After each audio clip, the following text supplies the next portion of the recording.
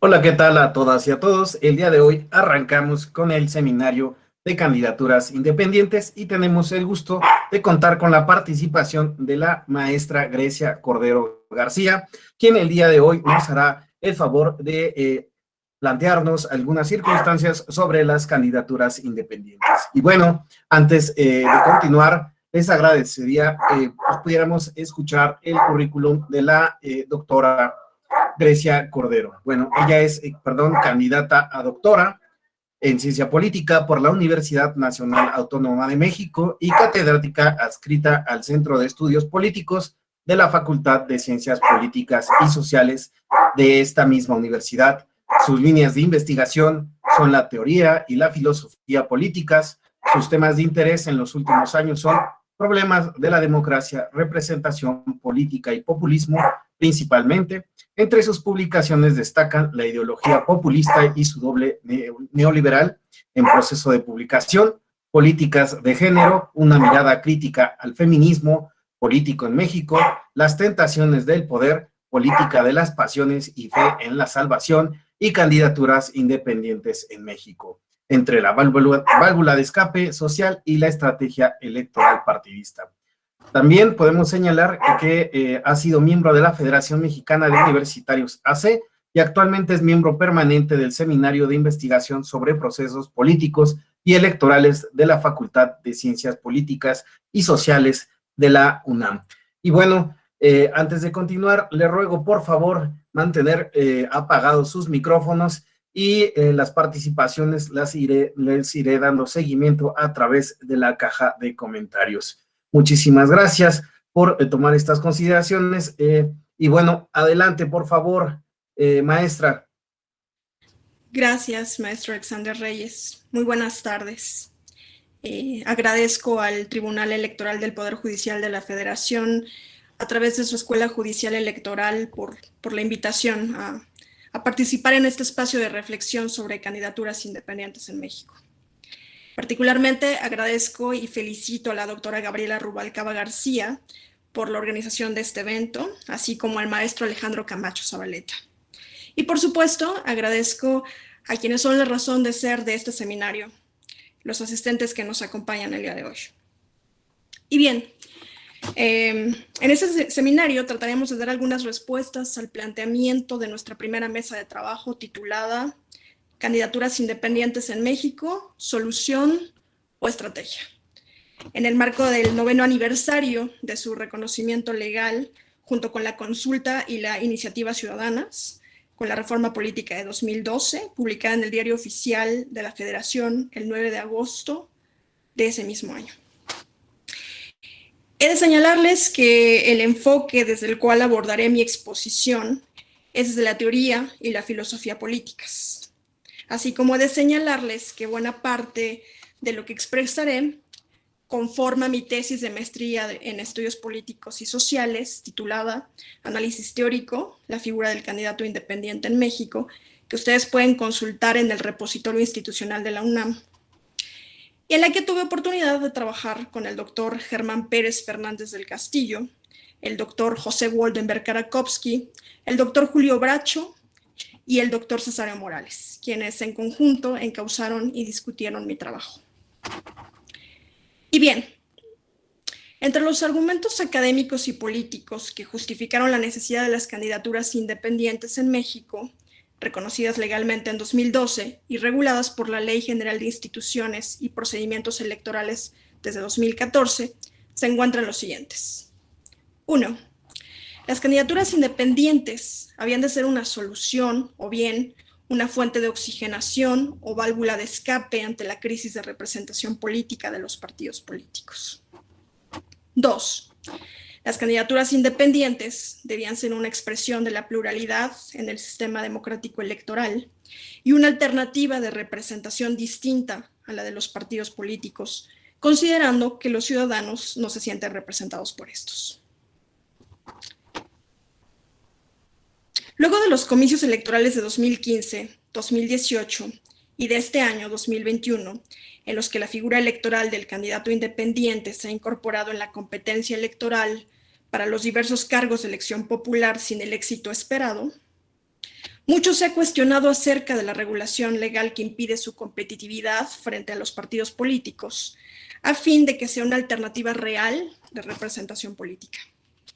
En suma, existe una demanda para que las candidaturas independientes puedan ser verdaderas candidaturas independientes o ciudadanas. Y en efecto, las condiciones de competitividad con respecto a los partidos políticos han de cuestionarse.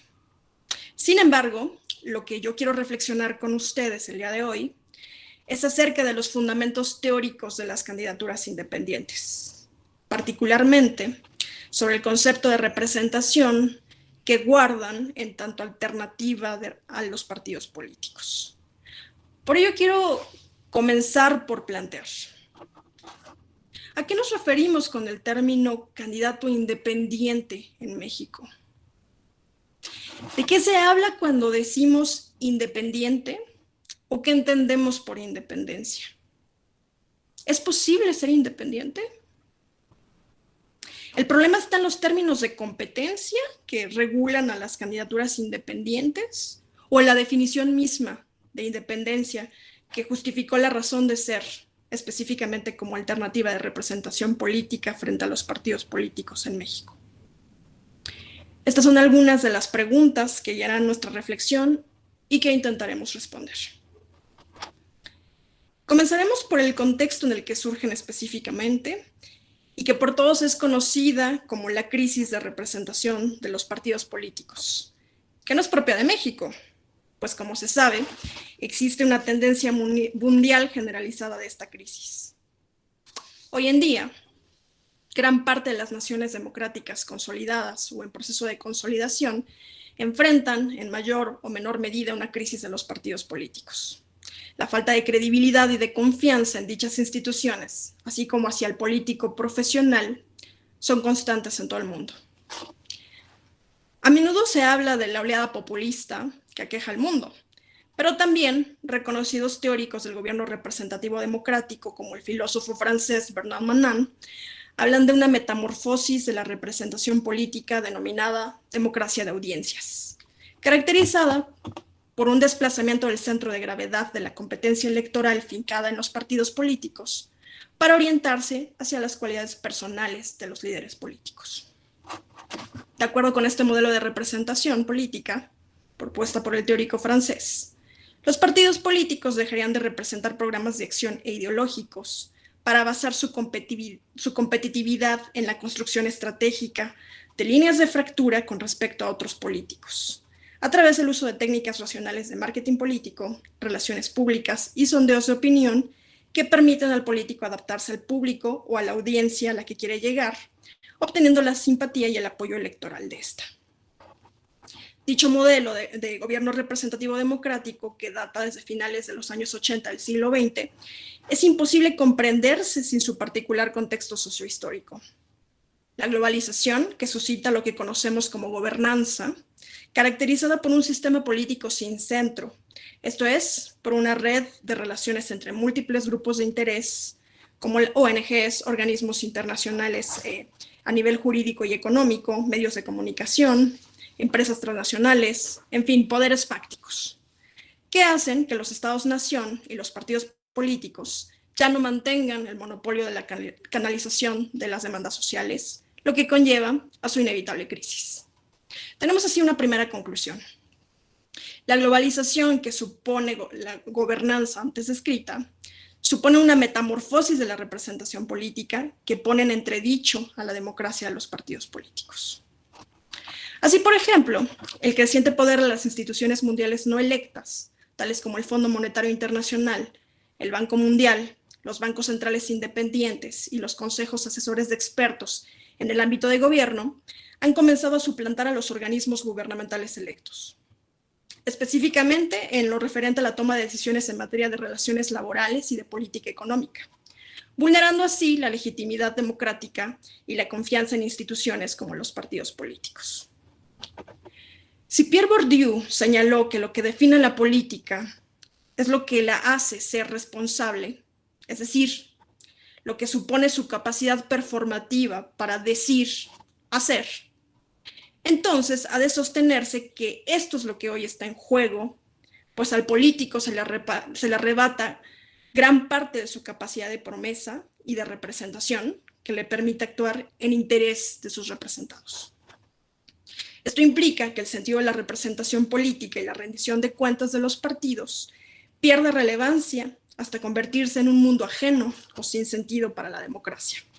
Lo que deviene, en palabras del politólogo Peter Mayer, en el síndrome de Tocqueville, caracterizado por la creciente incapacidad de los políticos y de los partidos para justificar sus privilegios en un contexto en el que cada vez desempeñan menos funciones importantes, lo que deviene en la crisis ideológica de la democracia liberal, que los coloca como partidocracia corrupta, ineficiente, que solo vela por sus propios intereses. Y aclaro que esto no significa que, en efecto, los políticos puedan ser corruptos y deban ser juzgados legalmente por ello, lo aclaro. Lo que quiero subrayar en este sentido es que la evolución del gobierno representativo democrático ha conllevado un carácter antipolítico que tiende no tanto a rechazar la mala política, sino a la política misma, al convertirla en sinónimo de corrupción, al tiempo que adquiere un carácter despolitizador, lo que significa, de acuerdo con el filósofo italiano Geminello Preterossi, que este rechazo a la política per se viene acompañado de un civismo radical que, 1, niega la delegación política, 2, desconfía de las instituciones representativas a las que deslegitima, y 3, se convierte en la promesa de emancipación que lleva implícita la idea de autogobierno, es decir, de una autoridad desde abajo, horizontal y en primera persona. No es casual que el carácter despolitizador y antipolítico sea el sello del modelo de comunicación política contemporáneo y de las técnicas más agresivas del marketing político compartidas por el populismo. A menudo observamos en spots y redes sociales cómo la política se ciudadaniza. Los políticos dicen no ser políticos ni pertenecer a la clase política, porque es sinónimo de corrupción y, por lo tanto, no merece el voto ciudadano. En este contexto, desde finales del siglo XX, el politólogo Andreas Schedler advirtió sobre la existencia y proliferación de los partidos anti-establishment político, caracterizados en gran parte por ser partidos personalistas. Normalmente, empresarios que saltan a la política, con retórica antiautoritaria, cuya estrategia discursiva electoral se basa en 3 vértices denominados triángulo antipolítico, cuyos elementos son: 1, la figura del líder heroico outsider de la política, aunque sí sea político. 2, una retórica anti-establishment política que se opone a la clase política corrupta. Y 3, un llamado al pueblo o ciudadanía virtuosa, que es una víctima inocente. Con base en este esquema estratégico de la antipolítica que nos describe, que nos propone Andreas Schedler, es posible llegar a nuestra segunda conclusión. De acuerdo con José Waldenberg, las candidaturas independientes en México son expresión del rechazo antipolítico de nuestro tiempo, tesis que comparto.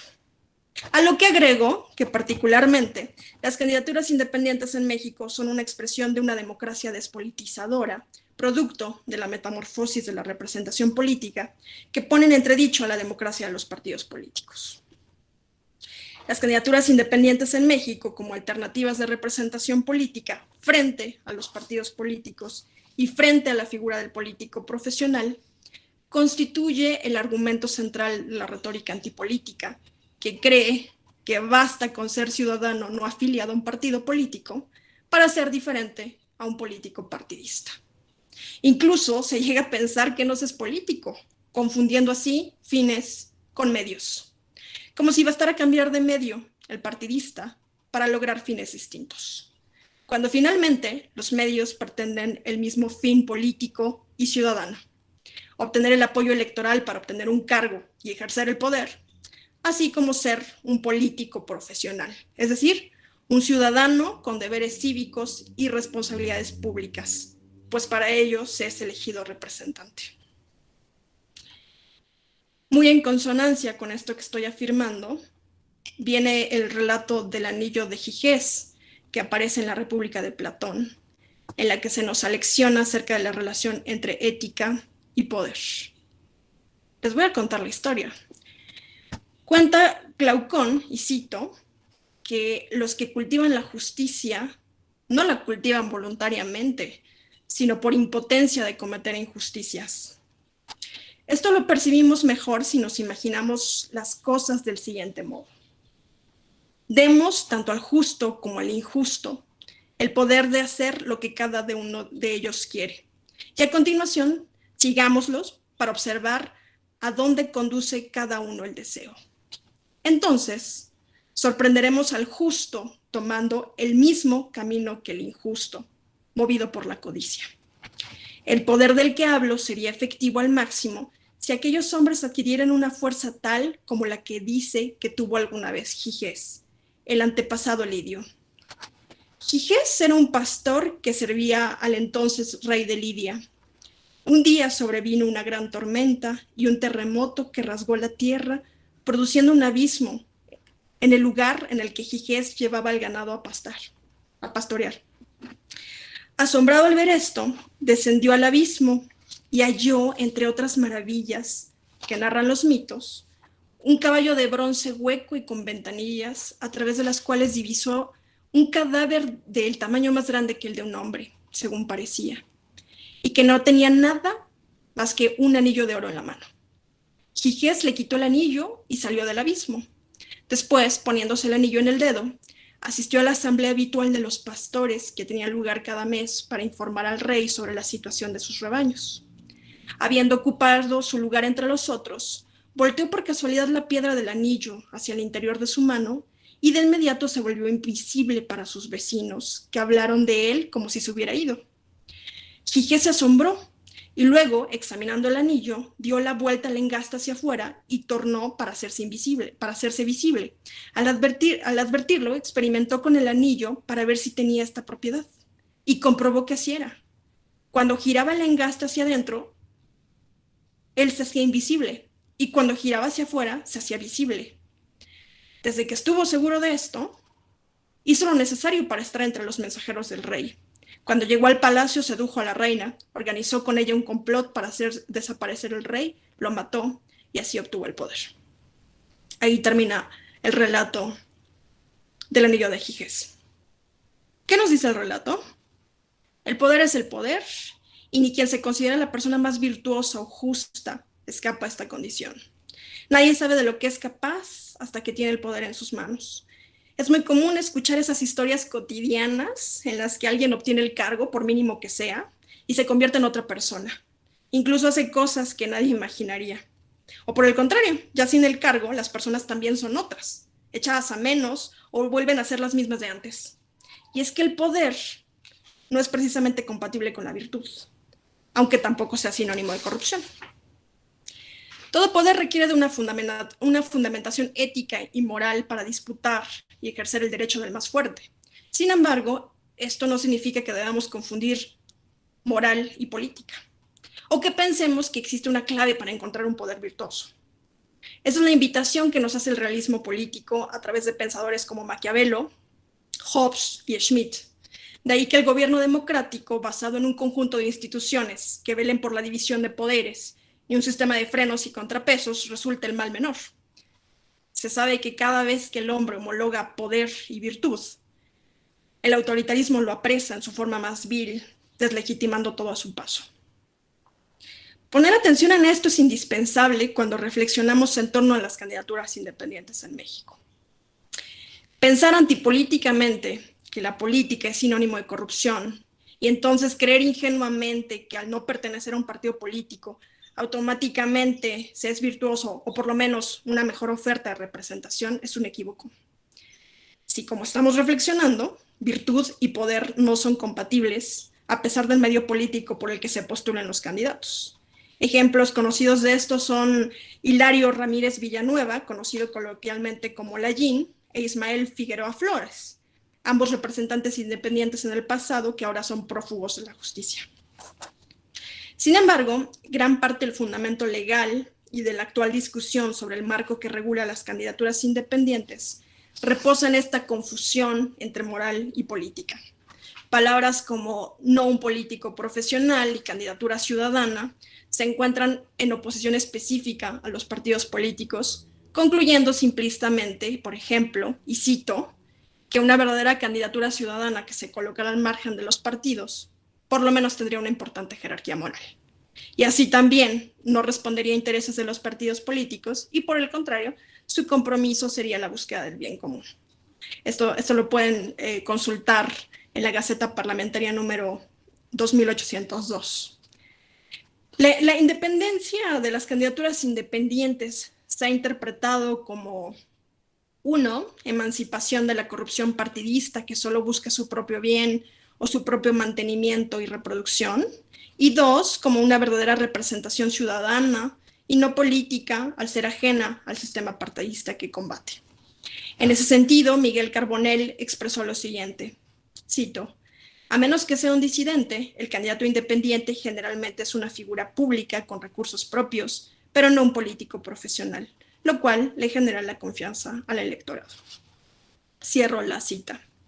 Y esta idea también puede explicarse desde la teoría política a través de la noción descriptiva de la representación, que de acuerdo con Hannah Pitkin, consiste en creer que la similitud entre representantes y representados es condición suficiente para que el representante actúe en interés de sus representados. Así, por ejemplo, el argumento descriptivo de la representación reposa en la creencia de que por ser solo ciudadano, el independiente actuará automáticamente como tal y en interés de sus representados ciudadanos, al ser como ellos.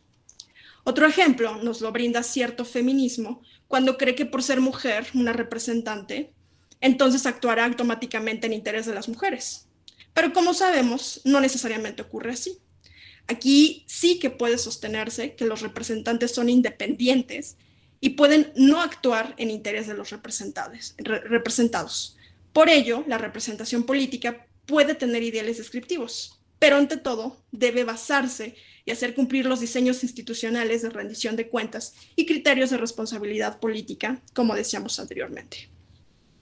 Llegamos así a nuestra tercera conclusión, luego de reflexionar acerca de la relación entre ética y poder, así como de cuestionar a la noción descriptiva de la representación.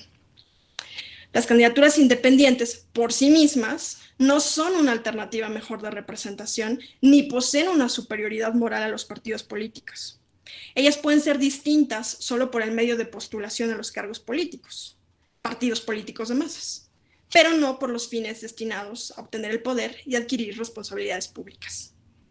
Pero ¿estamos seguros, además, de que las candidaturas independientes son un medio distinto de postulación a los partidos políticos?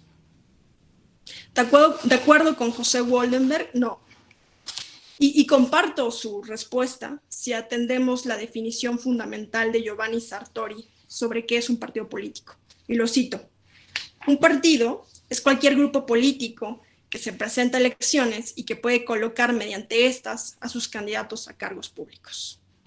Las candidaturas independientes en este sentido no llegan a ser partidos políticos de masas, pero sí minúsculos partidos políticos con fines personalistas o no. Sin embargo, ante unos partidos políticos tan desprestigiados, el independiente ha de sostener que él no es un partido.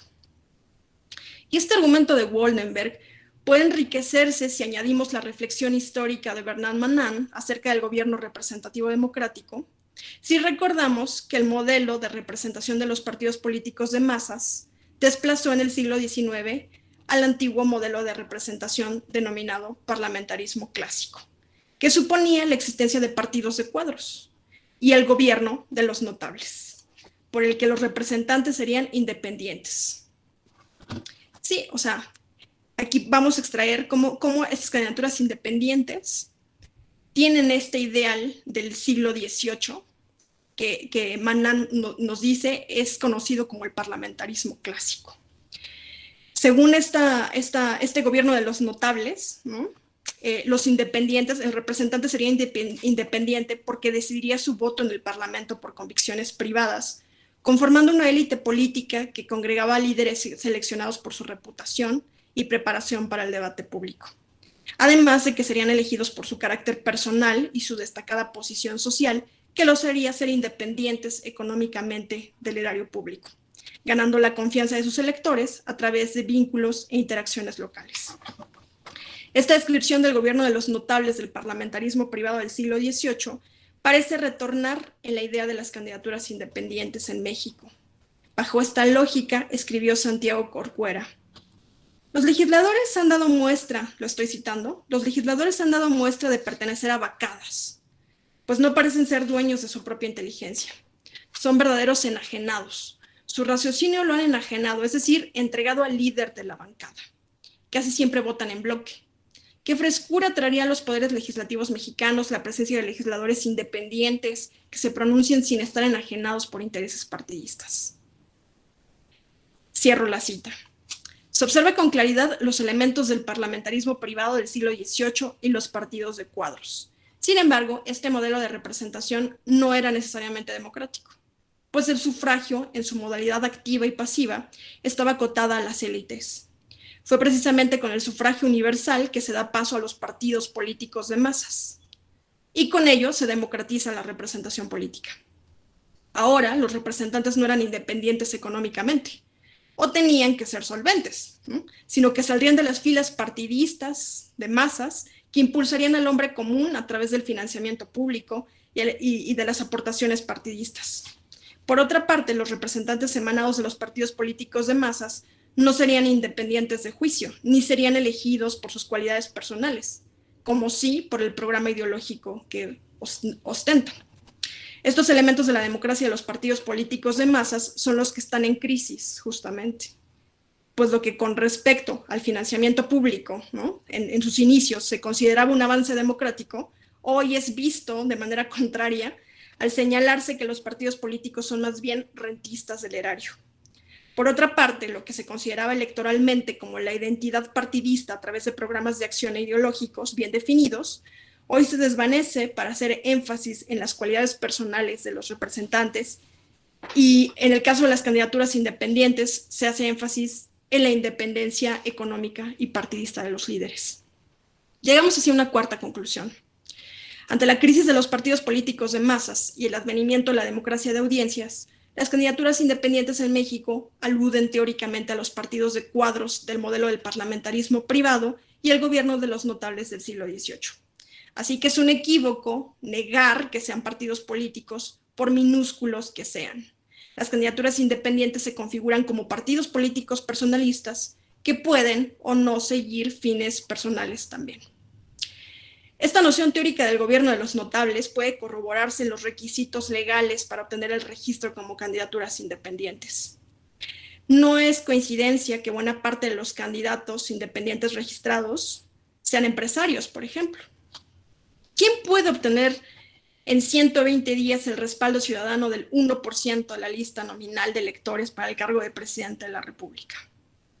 ¿Quién puede en 60 días obtener la firma del 2% de la lista nominal de electores correspondiente al distrito electoral para el cargo de diputado independiente?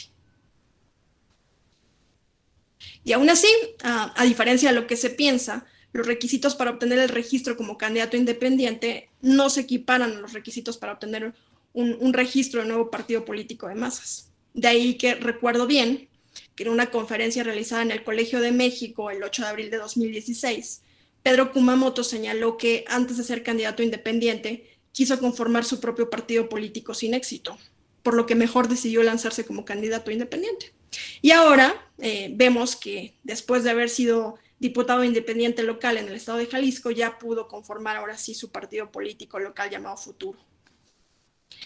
A sabiendas de esto, es posible sostener que lo que parece un lamento de que por los requisitos legales para obtener el registro de una candidatura independiente no son para el ciudadano a pie, en realidad es perfectamente compatible con una noción de representación de los partidos de cuadros y el gobierno de los notables del siglo XVIII, pero en esta ocasión con una retórica antipolítica y despolitizadora común al populismo. En este sentido, suponiendo el caso hipotético de que los requisitos para la obtención de una candidatura se flexibilizaran, yo pregunto, ¿sería posible pensar que por el mero hecho de ser ciudadanos a pie, la representación mejoraría? ¿Sería posible creer que por ser un ciudadano a pie, entonces su postulación ya no es política, ni partidista, ni representativa, y que con ello se alcanzaría una especie de autogobierno democrático? Definitivamente nos equivocamos si olvidamos que el autogobierno del pueblo es solo un ideal democrático imposible de alcanzar en la realidad sociológica. Así que por muy democrática que sea, la representación guarda una dimensión aristocrática del poder siempre. ¿Qué sigue entonces para las candidaturas independientes en México? A mi parecer, el gran potencial antipolítico y anti-establishment de las candidaturas independientes fue absorbida por el populismo y la aparición de nuevos partidos políticos. Si Jorge Castañeda Guzmán pensó que una candidatura independiente a la presidencia de la República en 2018 debía convertirse en un plebiscito sobre la partidocracia, observamos que ello ocurrió, pero a favor del populismo, en su plebiscito sobre la clase política corrupta con la candidatura del actual presidente Andrés Manuel López Obrador. ¿Qué queda entonces? Queda su relevancia en lo local y para lo que fueron creadas en este ideal de autogobierno democrático, tal y como lo establece el diccionario electoral del Instituto Nacional de Estudios Políticos cuando señala que las candidaturas independientes pueden fortalecer el sistema político democrático, particularmente en los gobiernos locales, que actualmente ya lo vimos, ¿no? En las elecciones 2018-2021 prácticamente se queda en lo local, ¿no? Y para eso fueron diseñadas. Queda también su papel estratégico como divisoras del voto. No es casual que en elecciones tan relevantes como las presidenciales se tengan casos muy concretos de freno o impulso a estas. El caso de Jorge Castañeda Guzmán es un ejemplo contundente. Si en 2005 el gobierno mexicano impidió la aplicación de las medidas cautelares de la Corte Interamericana de Derechos Humanos a fin de evitar el registro de Castañeda Guzmán como candidato independiente en las elecciones presidenciales de 2006, conteniendo así la decisión electoral del PAN que le permitiría mantenerse en el gobierno, para 2018, luego del reconocimiento legal de las candidaturas independientes en México, Jaime Rodríguez, conocido coloquialmente como el Bronco, lograría su registro como candidato presidencial con una retórica anti-establishment similar a la de Andrés Manuel López Obrador, sin obtener, sin embargo, el éxito esperado frente al populista. Mientras que Margarita Zavala renunciaba a su candidatura presidencial independiente, evitando una mayor escisión en el plebiscito entre democracia o populismo. ¿Qué lección nos dejan las candidaturas independientes? Me parece que hoy, ante el populismo que vive México, y el cual absorbió buena parte de la crítica anti-establishment que requiere de una defensa de la democracia liberal, requerimos de una defensa de la democracia liberal que asuma realistamente los desafíos de nuestro presente global. Las candidaturas independientes se equivocan por definición si continúan manifestando un carácter antipolítico y despolitizador. Así que no por cambiarles el nombre a la forma de representar, se obtienen cosas distintas. La política es y será la política. Y hay que subrayarlo. Las candidaturas independientes son partidos políticos minúsculos que hacen política. Lo que hace falta entonces es exponer los problemas de la democracia interna, de la militancia partidista, así como persistir en la existencia de nuevos partidos políticos y nuevas generaciones de políticos dispuestos a hacer política. La política tiene el proyecto de renovarse, pero no bajo la prédica moral de una ciudadanía inmaculada, sino bajo la exigencia de una democracia partidista que podrá ser una máquina anacrónica y desgastada, pero si se descompone, todo irá a parar al vacío.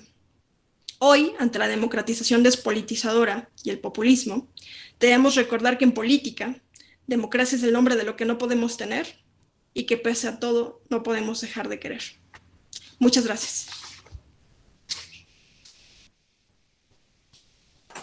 Muchísimas gracias, maestra Grecia Cordero. Muy interesante su exposición, sobre todo por los detonantes o las conclusiones que usted presenta o desde las cuales observa a las candidaturas independientes, poniendo sí énfasis en esta revisión que deben de tener en las candidaturas independientes para realmente politizarlas de una nueva manera. Tal vez pensaría yo un poco en algunos autores como Hannah Arendt, pero en fin, es muy interesante el debate que pues históricamente hemos tenido de las candidaturas independientes y que en este momento de nueva cuenta pues llamamos a rendir cuentas para saber qué tan independientes deben ser o cómo hacerlas realmente políticas para ser realmente una opción y no solo una válvula de escape. Y bueno, a continuación abriremos una ronda de preguntas y de respuestas que ya sea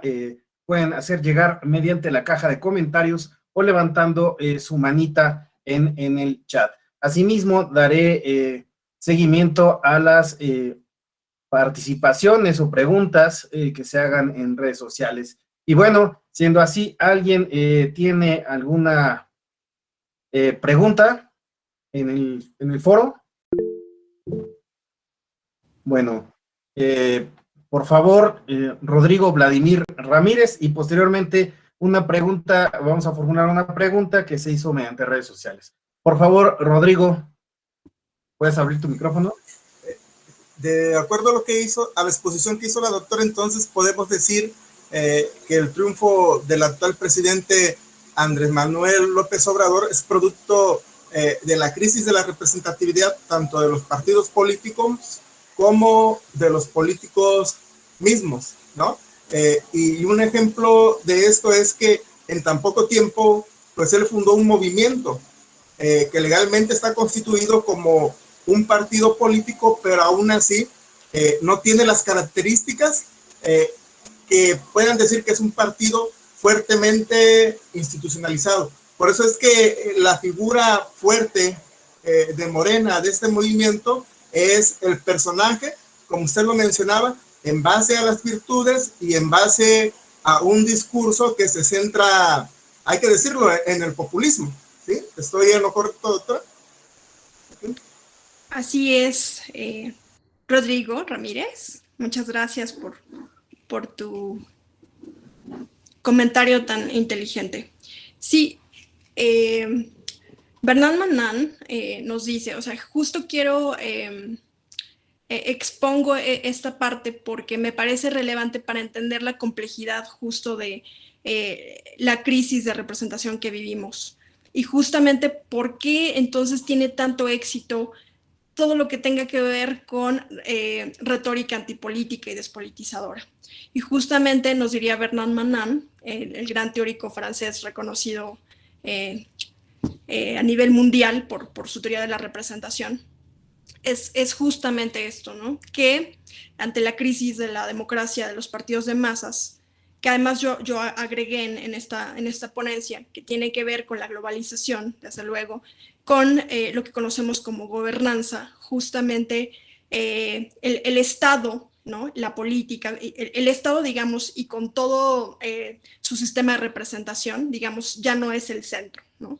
Entonces, al entrar en crisis ese Estado, pues vienen en crisis también los partidos políticos y la política misma. Y es entonces ante esta crisis, ¿no? que se vive un nuevo modelo de representación que Bernard Manan denomina democracia de audiencias. Y esta democracia de audiencias me parece que es una manera de entender a las candidaturas independientes en México. Justamente esta idea de que, en efecto, los partidos políticos ya no tendrían ese protagonismo y, por el contrario, sería hincapié en las cualidades personales o individuales, ¿no? de los líderes políticos, más que en las instituciones partidistas. Entonces, claro, yo estoy comprendiendo estos fenómenos que están ocurriendo a nivel de representación en nuestro país a partir del modelo de democracia de audiencias de Bernard Manan. Sí, me di a entender, Rodrigo. Muchas gracias por tu comentario tan oportuno. Muchísimas gracias, maestra. Bueno, en redes sociales tenemos un comentario, tal vez en tono de pregunta. Alberto Trejo Amezcua señala, resulta interesante observar cómo la independencia en la representación política hoy en día permea incluso el discurso de algunos partidos políticos caricaturescos que afirman ser resultado de movimientos ciudadanos. Esa pretendida independencia política no debería comenzar con el autofinanciamiento económico de los candidatos independientes de estos partidos que mandan de movimientos ciudadanos. ¿Qué opinaría? Sí, de hecho, por eso mencionaba los casos de Ismael Flores y de Hilario Ramírez Villanueva, ¿no? Justamente por eso hago hincapié en no caer, digamos, en esa tentación en la confusión entre moral y política, ¿no? El justamente decir, porque es independiente económicamente, independiente de los partidos políticos, independiente, ¿no?, de juicio, en fin, automáticamente tendremos una mejor representación. Dado que esa misma independencia, por ejemplo, pensando en que ya no estamos en el siglo XVIII, aludiendo a esta idea, como les expuse en esta ponencia, noto que muchos de los argumentos que dieron legitimidad a las candidaturas independientes tenían que ver con este modelo de representación que les decía del parlamentarismo privado, ¿no?, que tenía que ver con esa independencia en todos esos sentidos, independencia económica, independencia de juicio, ¿no? Entonces, esto ya no puede ser aplicable para el siglo XXI, ¿no? Y en esta complejidad social en la que nos encontramos, por el contrario, ¿no?, esa máscara de independencia, pues en realidad puede ser justamente poderes fácticos, ¿no?, que pues con esta idea muy linda de la independencia, pues ponen a sus candidatos, ¿no? Y mencionaba el caso de Hilario Ramírez Villanueva, alias o conocido como Lallín. Justamente, no sé si ustedes recuerdan esa entrevista donde se le pregunta que cómo obtenía dinero para hacer sus fiestas suntuosas, ¿no? Donde se gastaban más de $1 millón, al parecer. Y le preguntaba directamente el periodista Sergio Ramos, ¿narcos pudieron colaborar con su fiesta? Y dice Lallín, yo creo que no. Entonces, es una manera de entender cómo justamente esta idea de independencia nos puede llevar también a la instauración de bancadas de narcos, ¿no? ¿Por qué no decirlo?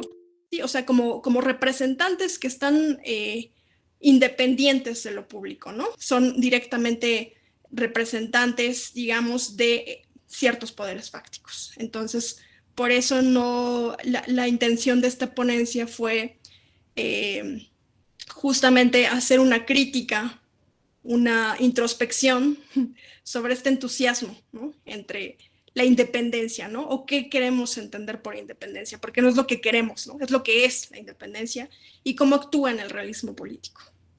No sé si alcancé a responder la pregunta.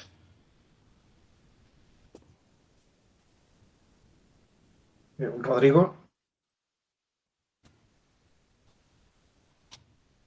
Bueno, a mí la verdad se me hace muy interesante el tema desde el planteamiento del título, ¿no?, que dice candidaturas independientes, solución o estrategias, ¿no? Partiendo, como usted comentaba, el año 2012.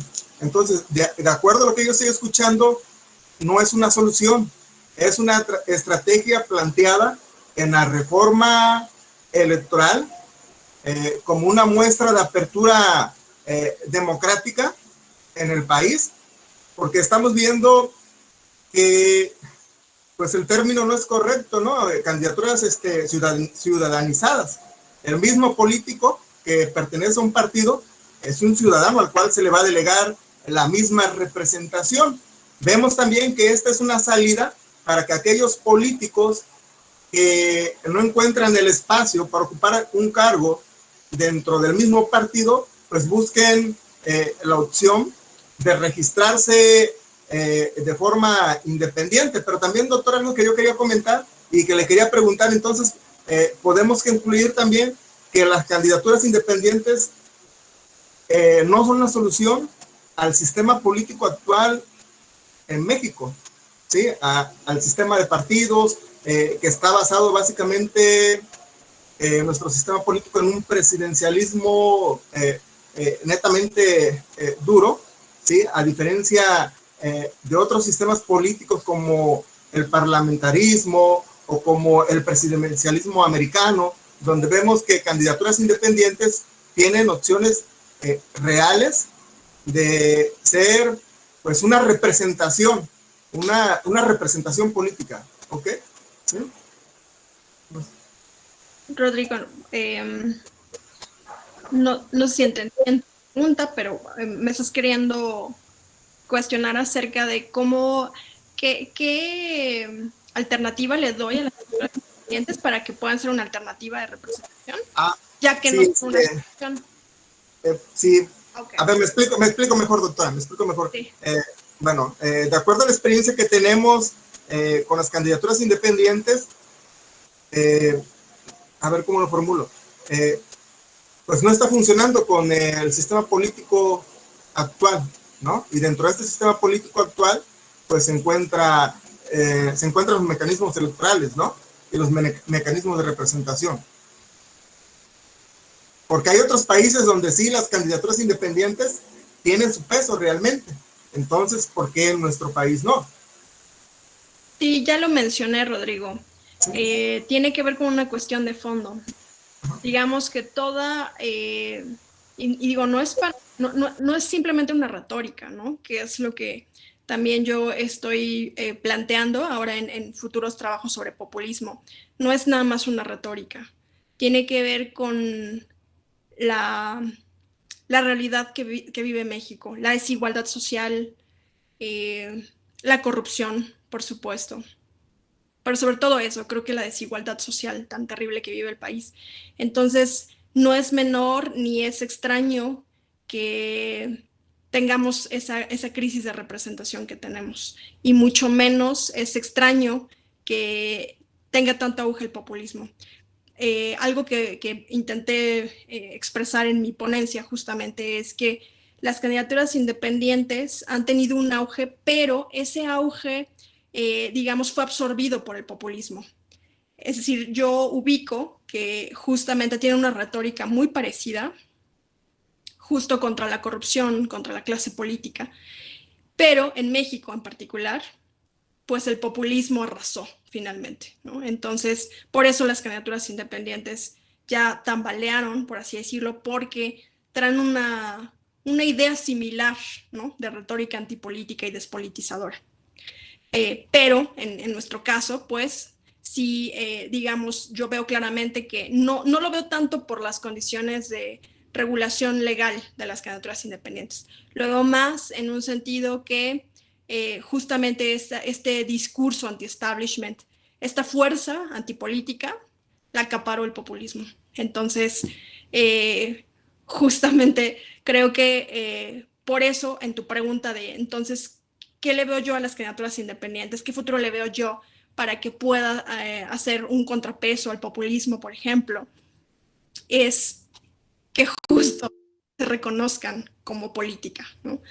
Nos guste o no, es lo que comparto con, les decía, con el doctor Woldenberg, es esta idea que las candidaturas independientes, querámoslo o no, son partidos políticos minúsculos, ¿no? Entonces, creo que las candidaturas independientes pudieran tener un futuro político si abandonaran la retórica antipolítica y despolitizadora con la que se establecieron, ¿no? Porque además esa retórica ya la tiene muy, muy dominada el populismo, ¿no? Entonces, y además vemos que, pero eso ya sería otro tema, hablar de populismo. Pero bueno, el populismo tampoco va a ser ninguna solución.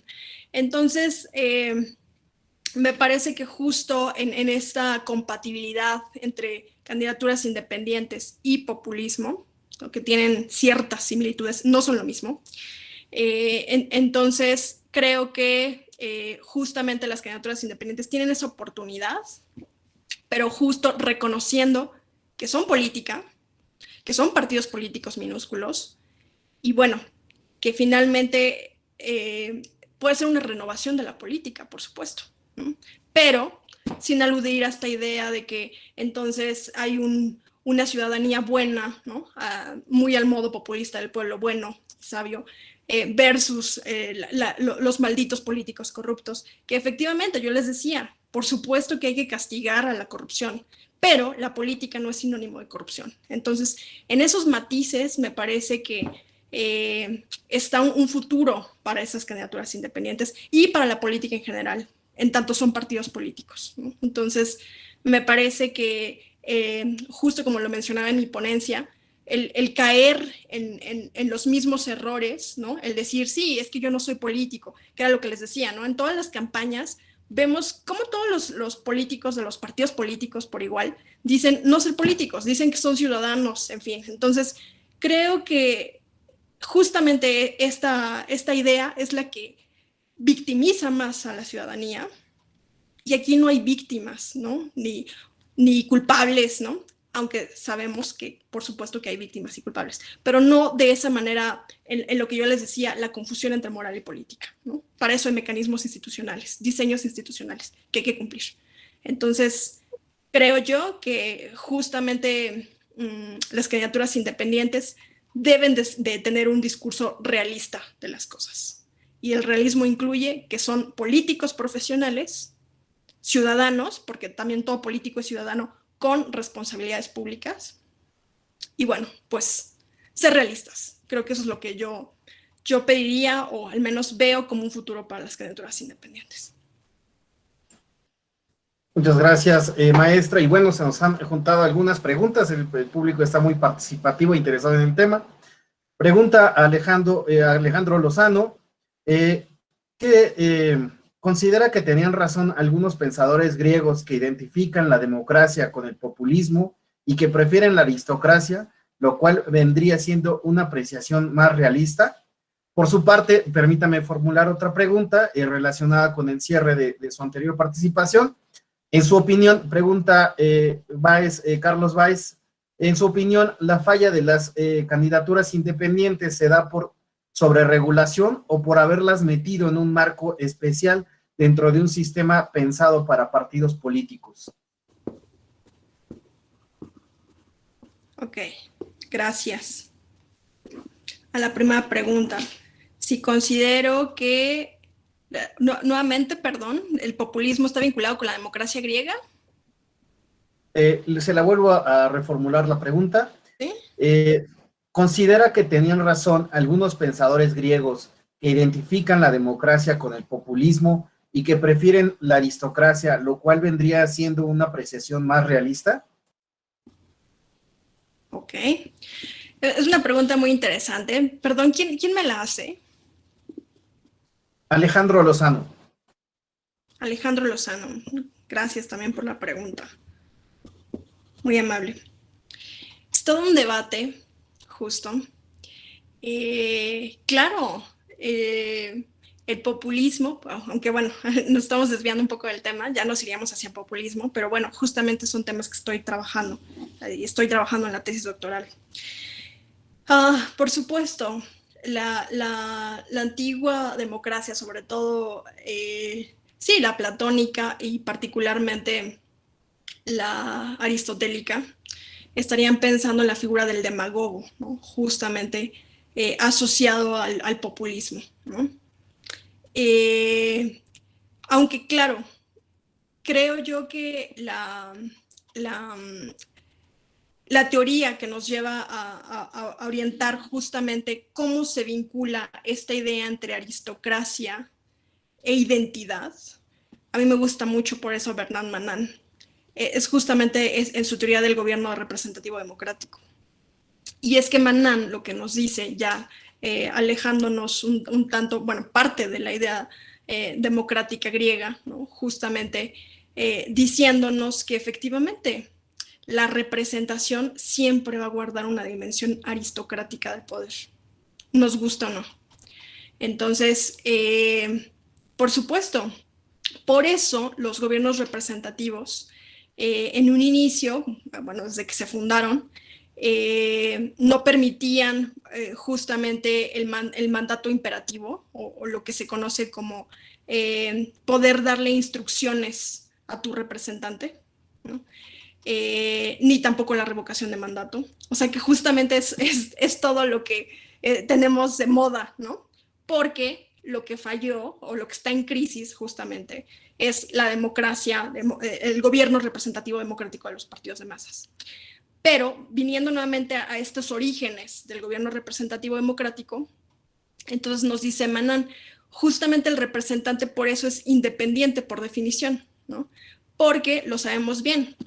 O sea, justo tú no puedes puedes jugar con esta ficción, ¿no? Diría Kelsen, ¿no? Por ejemplo. Pues sí, claro, la democracia no deja de ser un estado también autoritario, ¿no? Nos dice Kelsen, ¿no? Entonces, ahí es donde juega la ficción democrática, ¿no? Y esta idea del autogobierno, ¿no? Por ejemplo, que no es representación, pero es un mero ideal que le da legitimidad al gobierno, ¿no? Pero, ¿no? Pues si fuera así en el autogobierno, pues desconocerías todo, ¿no? Desconocerías instituciones, representación, en fin. Y así no funcionan las cosas, ¿no? Entonces nos dice Kelsen, bueno, entonces tenemos que tener una legitimidad y un ideal democrático. Por eso es el ideal del autogobierno versus representación, ¿no? Pero así no funciona. Entonces, volviendo a tu pregunta, justo, entonces, claro, la representación es aristocrática en sí misma, ¿no? Versus, por ejemplo, el sorteo, ¿no? El sorteo se pensaba como lo más democrático. Pero nos dice ahí Manan, ni siquiera en el sorteo, ¿no? Cuando tú piensas que es muy democrático, pero en realidad lo que estás obteniendo con el sorteo es la probabilidad, nada más, de obtener el cargo. Solo la probabilidad, más no que, digamos, que sea como que una repartición igualitaria del poder. No, es la probabilidad de que obtengas el cargo. Entonces, siempre digamos que hay una tensión, una dicotomía entre identidad y representación. Y cada vez que la representación está en crisis, viene la retórica de la identidad para fundar un nuevo derecho. Entonces, digamos que en el gobierno representativo democrático, lo más realista sería ser sinceros con esta parte, ¿no? Decir, bueno, ya seamos honestos, ¿no? El autogobierno del pueblo democrático está muy bien, pero como ficción. Porque sociológicamente hablando es imposible tener a un pueblo, ¿no? Sería atentar contra la pluralidad, ¿no? Pero como ficción no suena muy bien, claro. Así se constituyó el Estado moderno, ¿no? Y justo eso, ¿no? Y entender que la representación, aunque tiene una dimensión aristocrática, pues tampoco el representante puede hacer lo que quiere. Por eso el diseño institucional. Entonces, creo que solamente es justo esto, ¿no? Tener claridad conceptual, teórica, sobre la representación, ¿no? Y sobre esta dimensión ambigua, contradictoria, pero que finalmente, ¿no? Decían por ahí, ¿no? Puede ser el gobierno más imperfecto, ¿no? Pero finalmente es el menos peor, ¿no? La democracia dentro de todo. No lo dirían así los griegos, pero pensando en esta noción ya moderna, pues sí, la democracia tendrá muchísimos defectos, pero pues sin ella todo va a caer en el vacío. Entonces, justo es comprender esta dicotomía, ¿no? Identidad, representación y cómo se complementan, ¿no? Imposible un autogobierno y como tampoco vamos a pensar que el representante puede hacer lo que se le pega la gana, ¿no? Entonces, no sé si pude responder a la pregunta o los confundí más. Muy interesante, maestra. Y pues siguen llegando preguntas. Me gustaría tal vez de alguna forma relacionarlas, pues para no dejarlas de lado. Y pues sí me gustaría de nueva cuenta reiterar lo preguntado por Carlos Báez, el cual señala, pues son preguntas que tienen que ver con puntos de mejora o de qué forma mejorar las candidaturas independientes. Y pues bueno, voy a tratar de relacionar estas preguntas. Dicen, en su opinión, la falla de las candidaturas independientes se da por la sobreregulación o por haberlas metido en un marco especial dentro de un sistema de partidos. Asimismo, Rafael Alfredo Rivera Ramos nos pregunta en términos generales que si el modelo de fiscalización sobre el cual están establecidas las candidaturas independientes, dice, ¿es correcto este sistema? ¿Sería necesario que se autofinanciaran estas candidaturas independientes? Vanessa Nayeli Ríos señala, ¿cuáles serían los retos jurídicos de las candidaturas independientes para fortalecer a la democracia? Y en ese mismo sentido, también René Casoluengo pregunta, ¿qué cambios normativos sugeriría usted para que se lograra un equilibrio entre candidaturas independientes y bueno, partidos políticos y coaliciones? En suma, pues bueno, son preguntas de cómo mejorar, hacia dónde llevar las candidaturas, cómo consolidar un modelo realmente ciudadano. Es que nuevamente son preguntas que intenté responder ya en mi ponencia, porque justamente me parecen que son preguntas que están cayendo en la trampa, en la confusión nuevamente entre moral y política. Insisto, las candidaturas independientes son ciudadanas y políticas, lo mismo que los partidos políticos. Entonces, por eso la pregunta inicial de la ponencia, ¿no? Las cuestiones están en los requisitos legales para que sean competitivas o en la definición misma de las candidaturas independientes. A lo que he respondido que el problema está en la definición misma y que justamente por el concepto de representación que guardan, la retórica anti-establishment que capitalizan y la democracia despolitizadora de la que son parte, digamos, está en consonancia con el populismo, y en México el populismo fue quien capitalizó todo esto. Entonces, en esa medida, las candidaturas independientes, digamos, ese éxito que pudieron tener, digamos, se los arrebató al populismo. Entonces, no le veo, no estoy en esta posición de que les decía desde un inicio de mi ponencia, no estoy en la posición de decir, bueno, es que vamos a mejorar la regulación legal para que puedan ser verdaderamente ciudadanas. Porque, de entrada, mi posición es que son verdaderamente ciudadanas igual que los partidos políticos, y son verdaderamente políticas como los partidos políticos, y son partidos políticos minúsculos. Esa es mi posición. Entonces, justo lo que estoy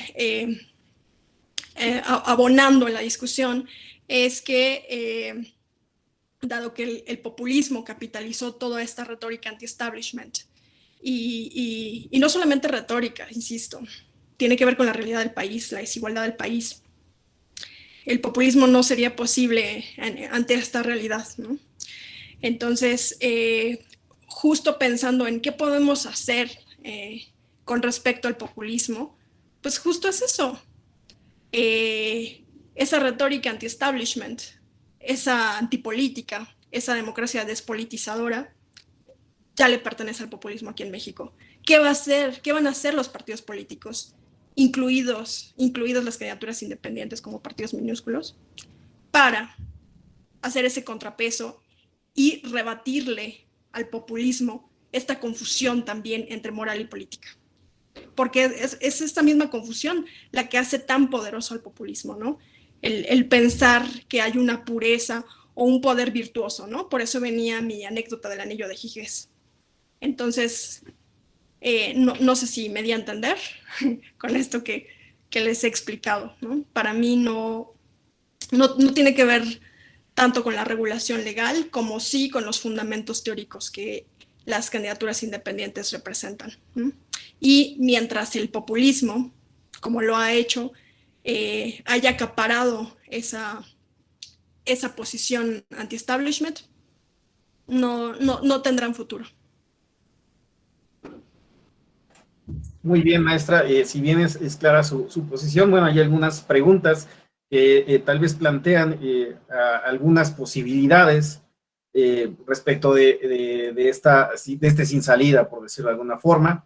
Bueno, pregunta Rafael Caballero, hay quienes esperan de las y los candidatos independientes que no tengan ningún afilio o pasado partidista, pero quienes cumplen con esta característica tienen un pobre capital político que reduce no solo las posibilidades de ganar una elección, sino incluso la de obtener el registro de la candidatura.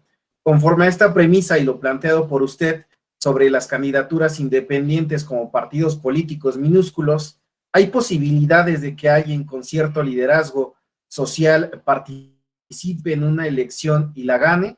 ¿O esto es una completa ficción?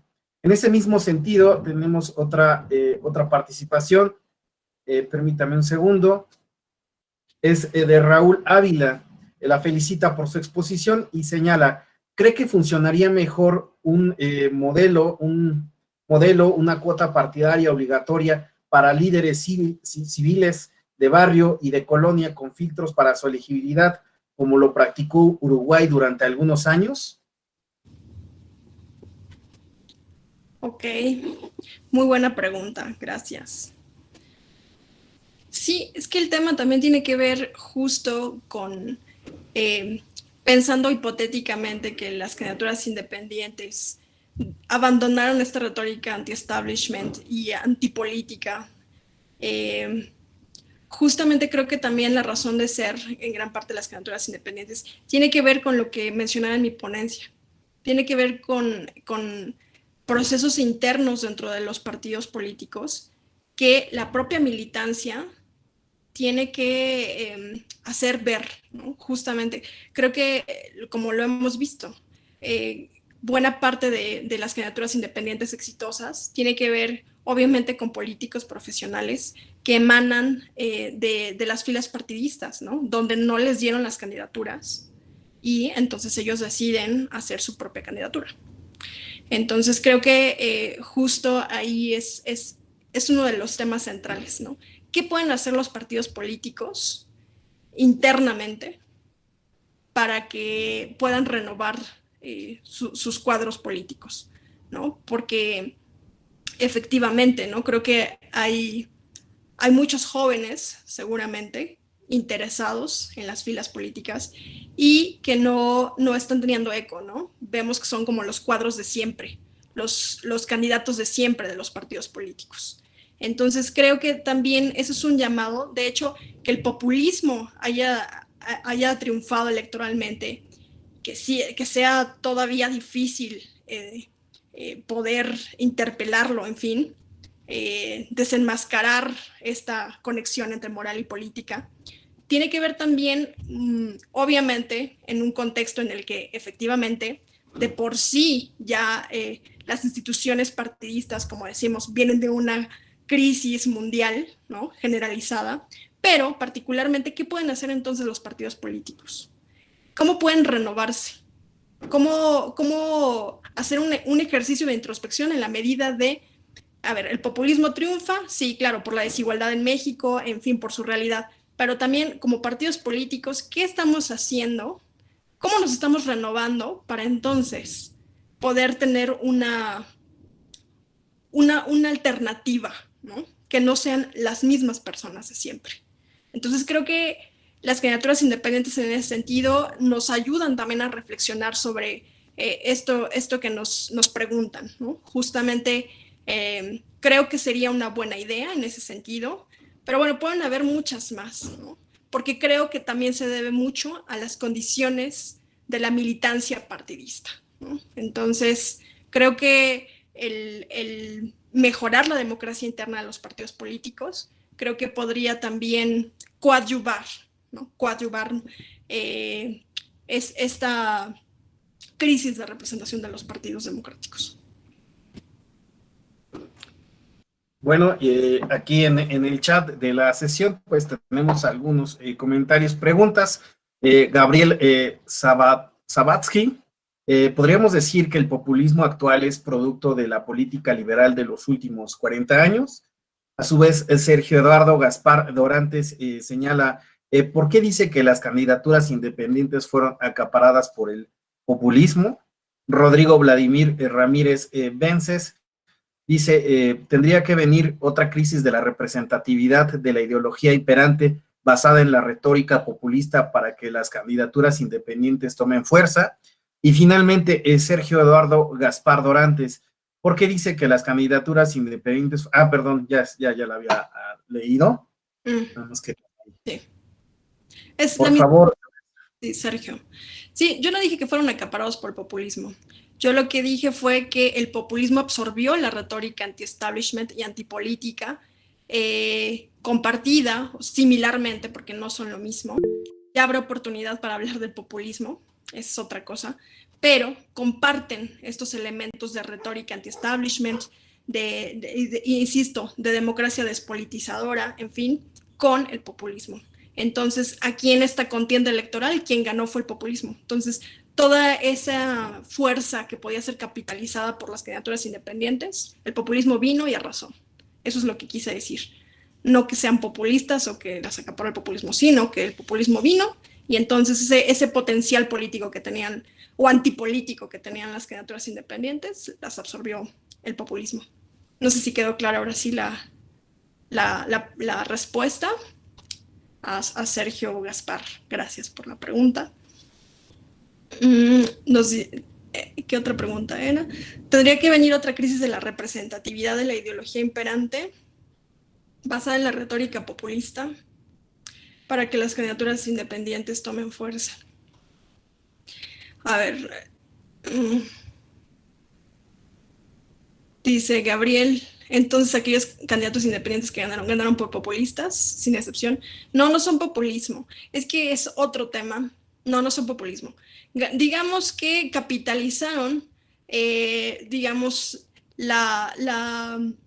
sí, toda la retórica anti-establishment, todo el sentimiento, digamos, sí, anti-establishment, antipolítico, lo capitalizaron las candidaturas independientes, por supuesto. O sea, Pedro Kumamoto tan solo, ¿no? Que creo que ha sido un gran ejemplo, ¿no? Entonces se concluye que las candidaturas independientes son una estrategia. Sí son una estrategia, pero tampoco son meramente una estrategia, ¿no? Y al igual que el populismo, por supuesto que el populismo también es una estrategia para obtener el poder, igual que las candidaturas independientes, pero no se pueden comprender meramente como estrategias. Siempre hay ideologías que respaldan las estrategias. Entonces, es como cuando nos dicen, ¿no?, que Hitler era un gran estratega, ¿no?, que Hitler pudo tener todo ese arrastre porque era un manipulador. Y sí, en parte claro que fue un gran estratega, pero no se puede entender a un líder sin el contexto histórico en el que emana y también la predisposición de esa sociedad a escuchar y hacer suyas esas propuestas. Entonces tiene que ver con una cuestión mucho más compleja socialmente hablando. Entonces sí, claro que son estrategias, pero enmarcadas, insisto, en un contexto muy en particular, del que ya les hablé un poco, que es justamente la metamorfosis del gobierno representativo, la llamada democracia de audiencias y, digamos, la globalización con sus efectos sobre el Estado moderno y, por lo tanto, sobre sus mecanismos representativos y los partidos políticos. Otra pregunta. Esto de tendría que venir otra crisis de representatividad de la ideología imperante, populista. Sí, es que hay un malentendido cuando pensamos que el populismo es sinónimo de retórica. Y no, populismo no es sinónimo de retórica. Pero bueno, pensando en tu pregunta, Rodrigo Ramírez, claro, todas las ideologías van a operar exitosamente por cierto tiempo. Una vez que las ideologías ya no operan, entonces es cuando vas a poder ver que son ideologías. Mientras tanto no las puedes ver.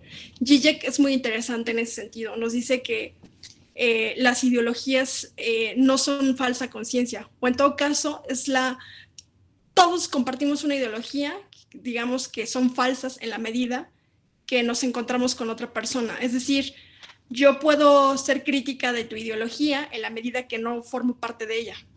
Como tú estás tan metido en tu ideología, no puedes criticarla, o sea, ni siquiera puedes darte cuenta de otra realidad, hasta que te encuentras con otra. Entonces, en ese sentido, todo poder opera con sus ficciones ideológicas. Entonces, ¿cómo te das cuenta que un poder ya está fallando? Justo cuando empiezas a desenmascararla. O te das cuenta que la puedes desenmascarar porque no compartes esa ideología. Entonces sí me doy a entender un poco. Entonces, claro, ¿cómo le haríamos para enfrentar al populismo? Por supuesto, hay que darle fuerza a la democracia liberal, ideológicamente hablando. ¿Por qué es importante, por ejemplo, decir que no podemos confundir moral y política? ¿Por qué es importante decir sí a la política? ¿Por qué es importante decir que el poder no es sinónimo de corrupción, aunque tampoco va en la virtud? Todos estos cuestionamientos, todos estos elementos nos podrían ayudar a refundar a la democracia liberal y hacer frente al populismo, por ejemplo. Dice, claro, Gabriel dice, esto aplica para el liberalismo, por supuesto, y para todas las ideologías. Justamente el liberalismo se puede retroalimentar a través del populismo. Justamente el liberalismo puede adquirir su fuerza a través de entender al populismo. Por eso es muy importante, es algo que no me quiero desviar porque es populismo, pero sí creo que debemos de ser justos también con el populismo. Tenemos que darle un reconocimiento, porque en la medida en que lo reconozcamos lo vamos a poder entender. Y cuando lo entendamos vamos a poder ser muy críticos. Entonces, no podemos menospreciarlo, hay que entenderlo. Y por supuesto, Gabriel, eso aplica con todas las ideologías. Entonces, digamos que entender otras ideologías también es entender nuestro propio pensamiento. Doctora, ¿le puedo formular una pregunta de redes sociales y otra de nuestros chats? Por supuesto. Dice Héctor, lo que sucede es que los partidos se han encargado de destrozarlas. Primero, con las limitantes desde el presupuesto asignado y en segundo lugar, postulando candidatos disfrazados de independientes emanados de sus filas, destinados a desgastar esta figura que les podría representar un peligro real. ¿Qué opina al respecto? Asimismo, René Casoluengo señala, ¿qué sugerencias de cambios normativos podría usted para que desaparezcan las ventajas de diversa índole entre las y los candidatos independientes y las y los candidatos de partidos políticos no minúsculos, considerando que, pues bueno, efectivamente las candidaturas pues son partidos políticos minúsculos? Estas serían otras dos participaciones que tenemos. Sí, será redundante. Normativamente, justamente pensar, yo creo que en ese sentido las candidaturas independientes, insisto, como comparten este fundamento teórico con el populismo, comparte ciertos fundamentos, me parece que una manera realista, nuevamente, de entender las candidaturas independientes como partidos políticos minúsculos es justamente hacer ese hincapié, ¿no? Si yo fuera candidata independiente, no utilizaría esa retórica antipolítica, ni anti-establishment, ni pensaría en que soy una verdadera ciudadana, ¿no? Pensaría en que soy una ciudadana, pero justo con prerrogativas que me va a dar el poder y por lo tanto con responsabilidades públicas. ¿Me explico? Entonces, justo lo que yo estoy pensando es cómo no caer en esta trampa nuevamente de moral y política y victimizar a las candidaturas independientes con esta idea de es que son verdaderamente ciudadanos. Pues no, o sea, son ciudadanos igual que los políticos de los partidos políticos, igual de ambiciosos, quieren los cargos públicos y por lo tanto van a adquirir también las mismas responsabilidades. Entonces creo que ¿cuál sería la ventaja competitiva entonces de las candidaturas independientes en un plano real? Pues eso, yo diría, bueno, entonces como en las propias filas partidistas no tengo lugar, no hay una democracia interna, estoy creando un partido político minúsculo y creo en la política, y no toda la política la política no es sinónimo de corrupción, ¿no? Entonces podemos hacer política. Algo así pensaría, pensando en los fundamentos normativos e ideológicos de una candidatura independiente de manera mucho más real y alternativa, ¿no?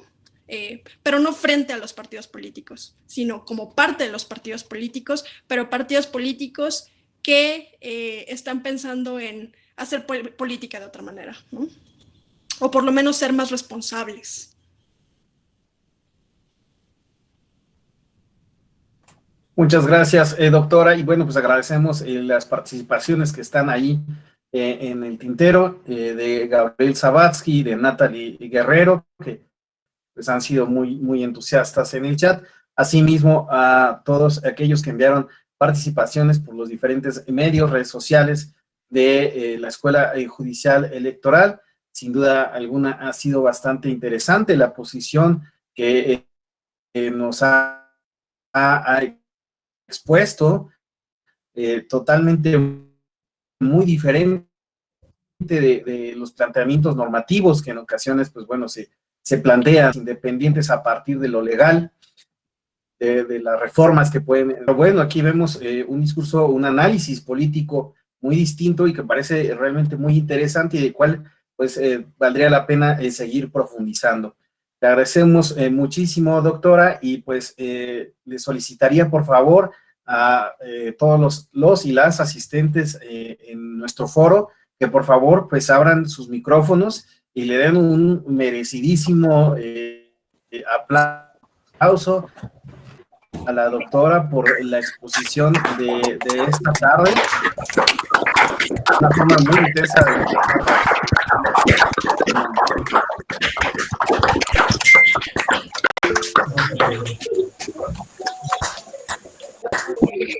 Bueno, ahora no sé, quiera dar unas palabras de cierre.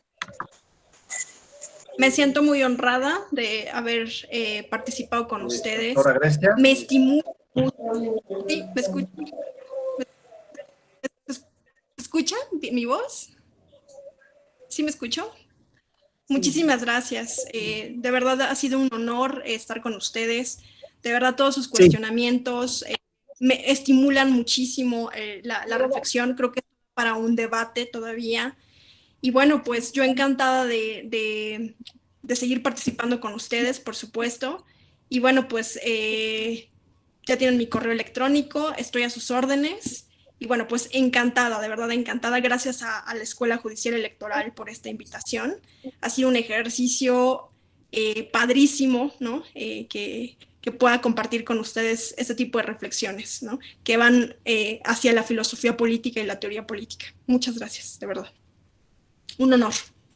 Muchísimas gracias, doctora. Y bueno, pues nada más me queda comentarle que pues en nuestras redes sociales, en el chat de esta sesión, pues tenemos muchísimas felicitaciones. En verdad se despertó el interés, hay muchos aplausos. Enhorabuena por su exposición. Y lo único que me resta es agradecerle a todas y todas por su participación en los chats de la Escuela Judicial, por lo cual los invito a seguir conectados con todas las actividades de la Escuela Judicial Electoral que se van a dar en esta semana y en las subsecuentes. Muchísimas gracias, les agradezco, les deseo muy buena tarde, hasta pronto. Hasta pronto.